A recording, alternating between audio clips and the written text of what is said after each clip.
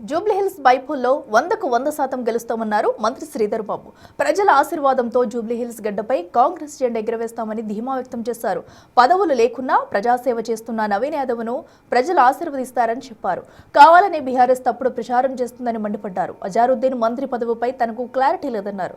10 ఏళ్ల బీఆర్ఎస్ పాలన, 2 ఏళ్ల కాంగ్రెస్ పాలనకు మధ్య పోటీ ఉండబోతుందంటున్న శ్రీధర్ బాబుతో మా ప్రతినిధి Hema face to face. Jubilee Hills ఎన్నికలపైన పెద్ద ఎత్తున కాంగ్రెస్ పార్టీ ఫోకస్ పెట్టింది. ఎలా అయినా సరే గ్రేటర్లో తమ జెండా ఎగరవేయాలంటూ పెద్ద ఎత్తున ప్రయత్నం చేస్తున్నారు. ఇదే అంశంపైన మనతో పాటు మాట్లాడడానికి మంత్రి శ్రీధర్ బాబు ఉన్నారు. సరే, ఏంటి జూబ్లీహిల్స్ ఉప ఎన్నికల్లో ఓడిపోతారని చెప్పేసి వరాలు జల్లు కురిపిస్తున్నారా? అది టీఆర్ఎస్ బీజేపీ ఎన్నికలకు వచ్చినప్పుడు వరాల జల్లు కురిపిస్తుంటుంది.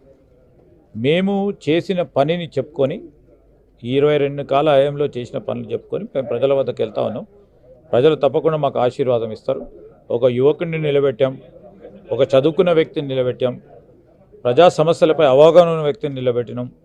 అన్ని వర్గాలకు సంబంధించి ఈరోజు ఒక బలహీన వర్గ మిత్రుడిగా ఈరోజు అందరికీ ప్రజల్లో వారి సమస్యల్లో మరి మంచి చెడుల్లో పాలు పంచుకుంటున్న వ్యక్తిని ఈరోజు కాంగ్రెస్ పార్టీ అభ్యర్థిగా నిలబెట్టడం జరిగింది. సో మాకు గట్టి నమ్మకం ఉంది, ప్రజలందరూ ఆశీర్వాదం ఇస్తారని. ఒక యువకుడిని, ఒక బలహీన వర్గానికి సంబంధించిన సోదరుని ఆశీర్వదిస్తాను నమ్మకం, ఖచ్చితంగా గెలిచి తీరుతాం. బలహీన వర్గం చెందినవాడు యువకుడు అని మీరు అంటున్నారు. కాదు, రౌడీ ఆయన చేతిలో ఎలా అధికారం పెడతారు అంటూ కూడా ప్రతిపక్షాలు, మరి ముఖ్యంగా కేసీఆర్ ఆరోపణలు చేస్తారు. ఇప్పుడు వాళ్ళు ఏం ఆరోపణలు చేసినా ప్రజలకు తెలుసు, అక్కడ స్థానికంగా ఉన్న ప్రజలకు తెలుసు. ఒక చదువుకున్న వ్యక్తి, ప్రజా సమస్యలు తెలిసిన వ్యక్తిగా, పదవులు లేకున్నా కానీ ప్రజల్లో ఉండి వారి సమస్యల్లో పాలు పంచుకొని ఒక అన్నగా, ఒక తమ్ముడిగా సమస్యలను పరిష్కారం చేసిన వ్యక్తిగా, అక్కడికి ఉన్న చాలామందితో పరిచయం ఉన్న వ్యక్తిగా కాంగ్రెస్ పార్టీ అభ్యర్థిని నిలబెట్టడం జరిగింది. సో ఎవరైనా ఏదైనా మాట్లాడవచ్చు, మాట్లాడినంత మాత్రాన వారి వ్యక్తిత్వాన్ని కించపరిచే కార్యక్రమం చేస్తూ ఉన్నారు. ఒక మా అభ్యర్థిని ఈరోజు వారి ఎదురుగా టీఆర్ఎస్ పార్టీకి సంబంధించిన ఎవరు కూడా మాట్లాడలేకుండా ఏదో ఒక అభియోగం చేసి ఎన్నికల్లో గెలిపేయాలని చేస్తూ ఉన్నారు తప్ప, అతను ఒక చదువుకున్న వ్యక్తి, ఒక బలహీన వర్గానికి సంబంధించి చదువుకున్న వ్యక్తిగా ముందుకు కనబడితే ఆ విధంగా మాట్లాడటం సరికాదు. ఒకవైపు వాళ్ళు సెంటిమెంట్ వెళ్తున్నారు, మరొక వైపు 10 ఏళ్ళు మేము చేసిన అభివృద్ధి మాకు ఓట్లు వేయించబోతుంది, ఈ 2 నెలల్లో కాంగ్రెస్ పార్టీ చేసిన హడావుడి వాళ్ళని గెలిపించదంటే చాలా కాన్ఫిడెంట్ గా. ఈ జూబ్లీహిల్స్లో 22 నెలల నుంచి జరిగిన అభివృద్ధికి, వారు 9 సంవత్సరాల్లో జరిగిన అభివృద్ధిని ప్రజలు చూస్తూ ఉన్నారు.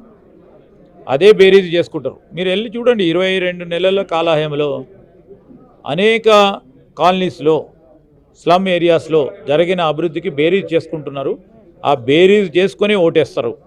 వారు చేస్తే ఎందుకు మేము చేయాల్సి వస్తుంది?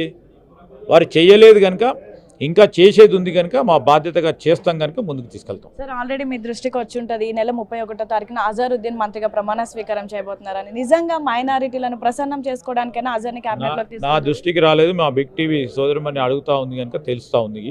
నాకు ఐడియా లేదు, ఇప్పటి వరకు సమాచారం లేదు. సార్, ఉంటే అజర్ ప్రమాణ స్వీకారం ఇన్ని రోజులు గుర్తురాని మైనారిటీలు ఇప్పుడు ఎందుకు గుర్తొచ్చారు? మాకు మైనారిటీలు, అదేవిధంగా అన్ని వర్గాలకు సంబంధించిన ప్రజలు సరి సమానంగా ఈరోజు పార్టీ సమతుల్యంగా తీసుకెళ్లే కార్యాచరణ తీసుకుంటుంది.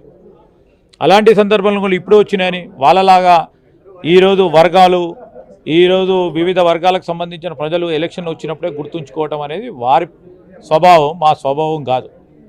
మా స్వభావం అన్ని వర్గాల ప్రజలకు సంబంధించిన ప్రాతినిధ్యం ఉండాలి, వారికి మేలు చేయాలి అనే ఒక ఆలోచన, మా ప్రిన్సిపల్ పైన మేము వెళ్తా ఉంటాం. 3 నెలల్లో మీ ప్రభుత్వం పేక ముక్కల్లా కూలిపోబోతుందని డీకే అన్న కాసేపటి క్రితం కామెంట్ చేశారు. ఇప్పుడు బీజేపీ టీఆర్ఎస్ చేసే ఆరోపణలు ఏ విధంగా ఉంటాయి, ప్రకటనలు ఏ విధంగా ఉంటాయి? వాళ్ళు 30 సంవత్సరాలైనా, వాళ్ళు 3 నెలలు అంటున్నారు కదా, 30 సంవత్సరాలైనా తెలంగాణ రాష్ట్రంలో ఈ ఇరు పార్టీలు కూడా అధికారంలో రావు.